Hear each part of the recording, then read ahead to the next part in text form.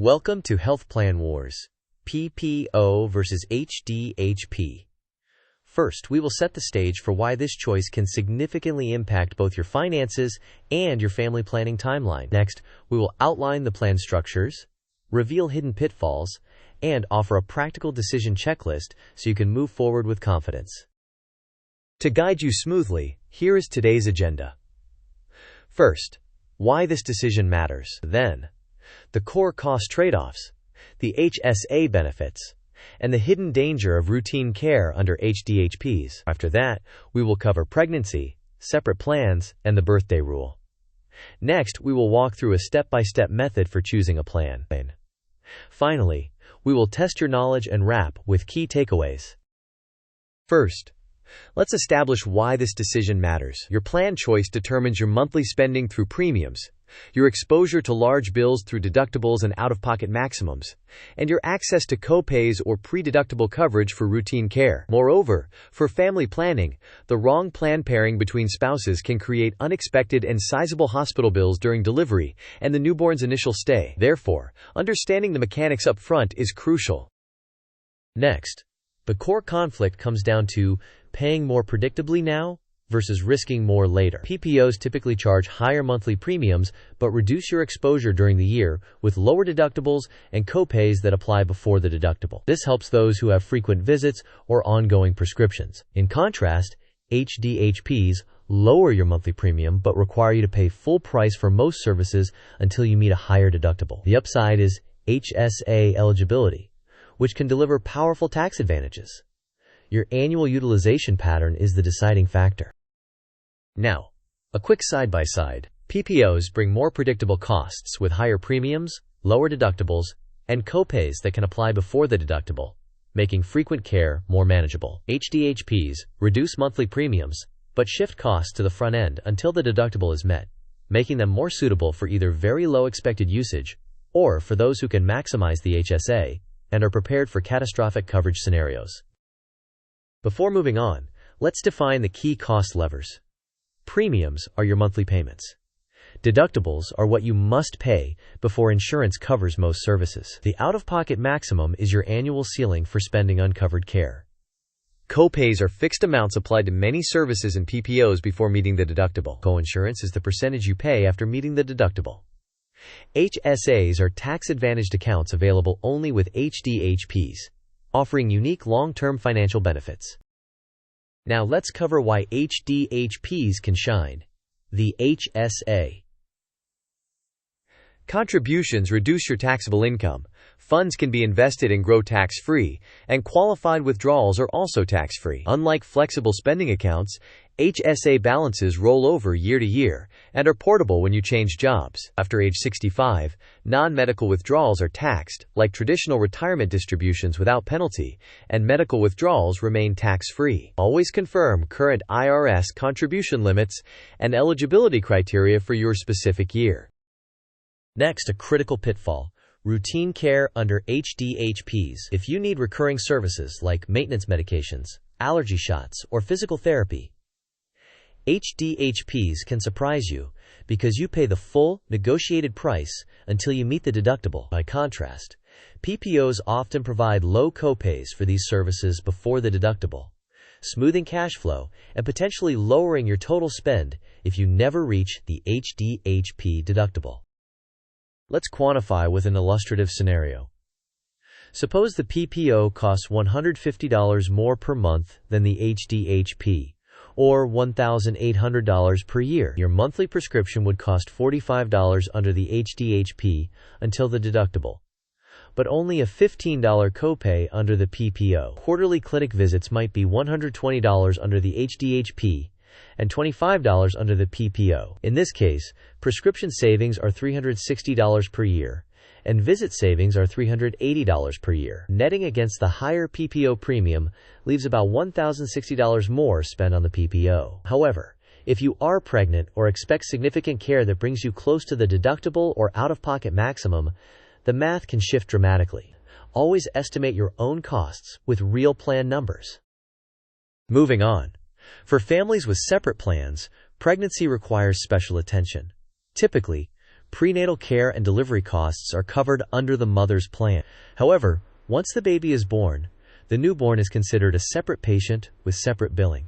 If both parents have insurance, the birthday rule determines which plan is primary for the newborn, based on which parent's birthday occurs earlier in the calendar year. If that primary plan is an HDHP with a narrow network, the newborn's initial hospital stay could incur out-of-network charges, even if the mother's plan is a broad PPO. Therefore, coordinate benefits, check networks, and understand how the hospital will bill before delivery. Next, to avoid the newborn trap, verify in advance which plan will be primary for the baby according to the birthday rule. Pre-register with your hospital and confirm that both insurance networks are accepted.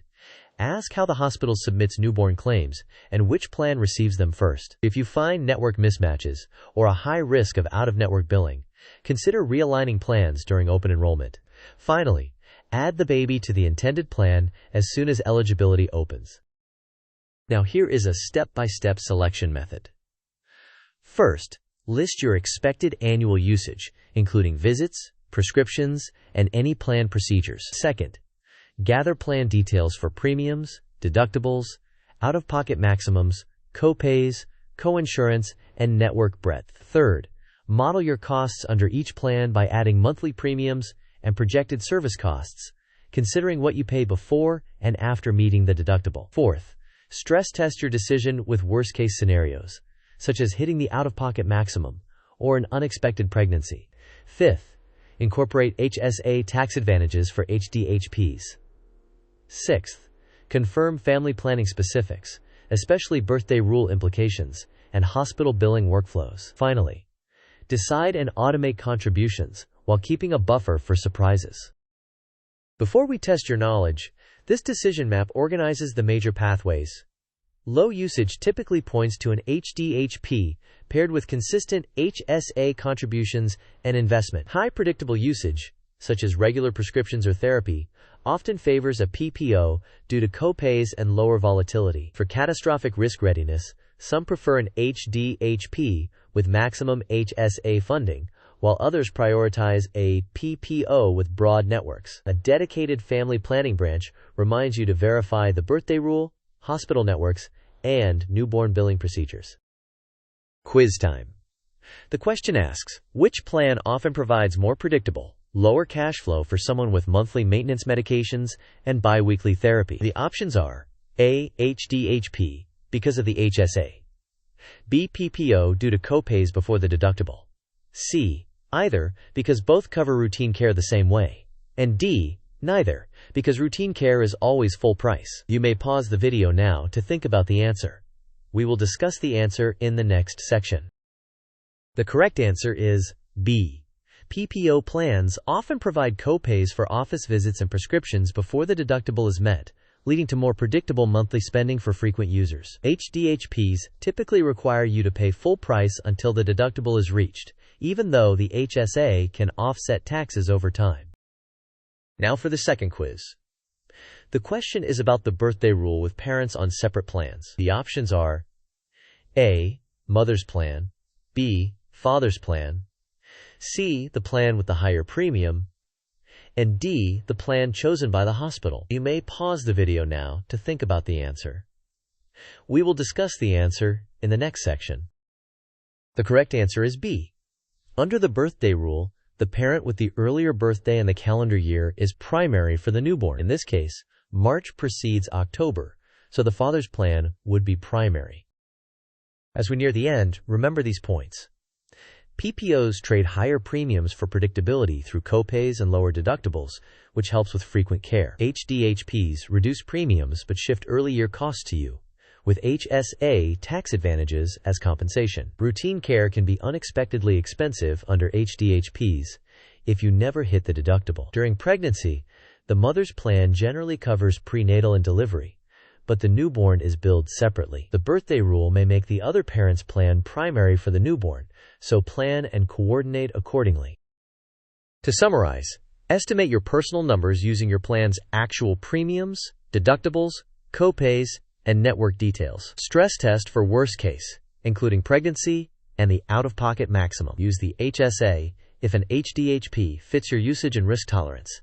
but be mindful that routine care may strain cash flow. Finally, coordinate plans and hospital billing in advance to avoid newborn coverage surprises. Before we close, a brief disclaimer.